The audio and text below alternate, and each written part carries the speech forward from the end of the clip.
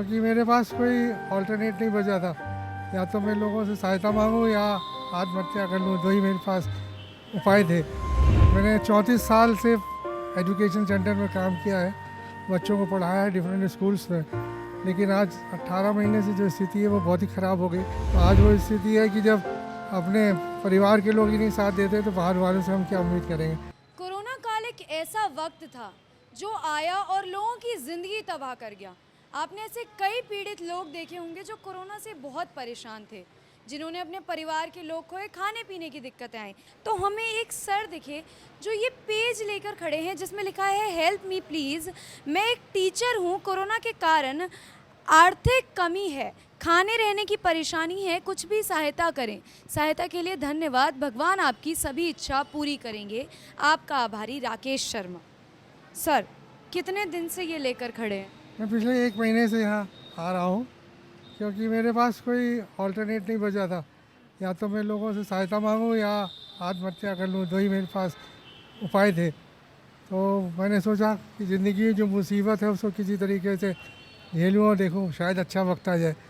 क्योंकि मैंने 34 साल से एजुकेशन सेंटर में काम किया है, बच्चों को पढ़ाया है डिफरेंट स्कूल्स में।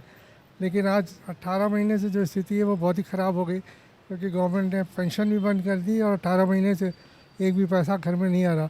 ट्यूशन भी बहुत बड़ी प्रॉब्लम है, क्योंकि सभी बच्चे स्कूल टीचर्स ट्यूशन पढ़ते हैं बजाय बाहर के टीचर से। गवर्नमेंट ने सारे एग्ज़ाम होम एग्ज़ाम डिक्लेयर कर दिए हैं।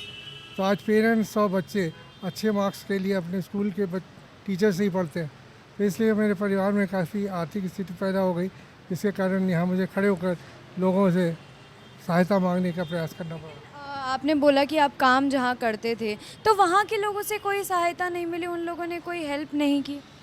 देखिए, जब आदमी रिटायर हो जाता है तो लोगों की जो नज़रें हैं वो बदल जाती हैं, और जब तक आदमी साथ में काम करता है तो सभी सहायता करने के लिए तैयार हो जाते हैं।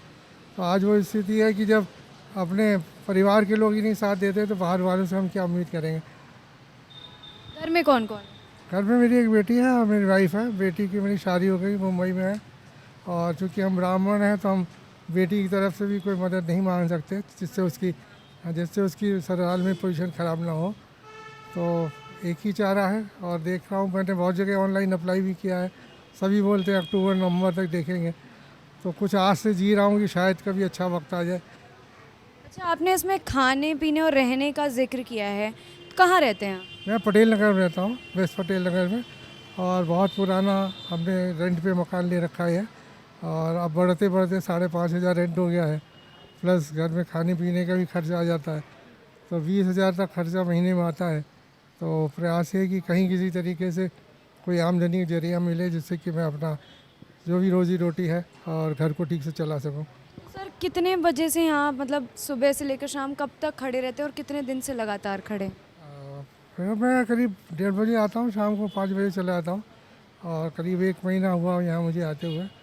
कोई मदद मिली लोगों से या सरकार से, किसी तरीके की मदद जो आपको हेल्प कर रही हो? देखिए, इसमें करीब 1% लोग ऐसे होते हैं जो मदद करते हैं। बाकी तो बहुत से लोग मोबाइल में निगाह गड़ा लेते हैं या इग्नोर करके चले जाते हैं। लेकिन कुछ लोग अच्छे भी हैं सोसाइटी में जो कि मदद करते हैं थोड़ी बहुत। जैसे मेरा काम चल जाता है, जैसे कुछ भी तरीके से सुबह शाम की रोटी मिल जाती है। तो सर, किस तरीके से अपना गुजारा कर पा रहे हैं? क्योंकि कभी कभी होता है कि आप पूरे दिन खड़े रहते हैं लेकिन कुछ नहीं मिल पाता होगा, तो उस वक्त में कैसे फिर संभालते हैं? क्योंकि वाइफ, आप जिस तरीके से बता रहे हैं, बीवी है घर में, तो किस तरीके से घर का माहौल संभालते हैं?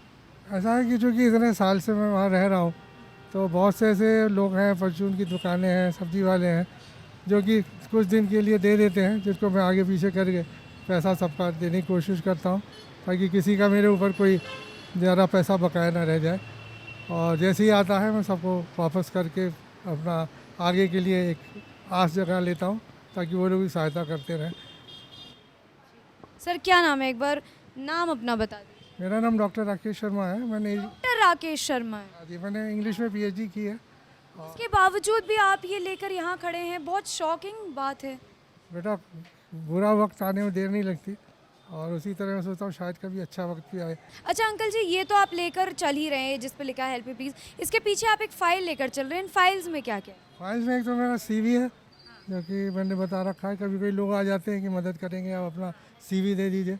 एक आध इंग्लिश की बुक्स है और कुछ मैं एक कम्युनिकेशन पे बुक लिखने की कोशिश करता हूँ, तो जब वक्त मिलता है तो उसको धीरे धीरे लिखता जाता हूँ। समय नहीं छोड़ना चाहते, जैसे ही कोई जॉब हाथ लगे तुरंत पकड़ लें। अच्छा, एक बार सबको अपना कॉन्टैक्ट नंबर आप बता दीजिए, जो आपकी मदद करना चाहें तुरंत सामने आ जाए। ओके, दैट इज़ 9205358336 और दूसरा नंबर है 9718818961। ये बताइए कि इन स्थिति में आपने जैसे बोला कि ससुराल में है बेटी, उनसे मदद नहीं मांग सकते, लेकिन बहुत ज़्यादा तकलीफ़ आने के बाद कोई लोग ऐसे हैं जो सामने आए, क्योंकि कहते हैं कि दूर से देखने में सब कुछ अच्छा लगता है, लेकिन पास आने के बाद हकीकत आप ही बता सकते हैं। हाँ बेटा, कुछ ऐसे लोग ज़रूर आते हैं जो अजनबी हैं, लेकिन वो मदद करने, जिसमें मैं ख़ास तौर से कहूँगा कुछ ऐसी बेटियां पैदा हुई इसी सड़क पर जिन्होंने मेरी काफ़ी मदद करी इस उसमें, और अभी वो प्रयास में है कि मुझे कहीं जॉब मिल जाए। जैसे अभी एक बेटी ने मुझे सिरसा में राजस्थान में जॉब दिलाया था, लेकिन वहाँ रहने के लिए पहले महीने के लिए 25-30 हज़ार रुपये चाहिए थे, जो मैं अरेंज नहीं कर पाया, तो वो जॉब नहीं ले पाया हूँ। तो वो लोग सभी इस प्रयास में हैं कि मैं किसी तरह से इस मुसीबत से बाहर आ जाऊँ। तो मैंने अगर अगर ये नहीं सुधरता, मतलब कि आपको कोई मदद नहीं मिल पाती, तो कब तक आप ऐसे ही खड़े रहेंगे? ये सिलसिला कब तक जारी रहेगा? नहीं, मुझे उम्मीद है कि अक्टूबर नवंबर तक कोई ना कोई रास्ता निकल आएगा, क्योंकि मैंने करीब 11-12 इंटरव्यू दिया है और लोगों का कहना है अक्टूबर तक हम आपको जो है कहीं ना कहीं एडजस्ट करेंगे। तो किसी भी स्कूल में एडमिनिस्ट्रेटिव ऑफिसर या एचओडी इंग्लिश में मुझे जगह मिल जाएगी, तो इसी आस पर मैं भी जिंदा हूँ। तो जैसे कि हमारे साथ ये डॉक्टर राकेश शर्मा जी हैं, इन्होंने अभी अभी अपना सीवी दिखाया, मैं आपको दिखाऊंगी, कैमरा पर्सन से कहूँगी ज़रा सीवी दिखाएं।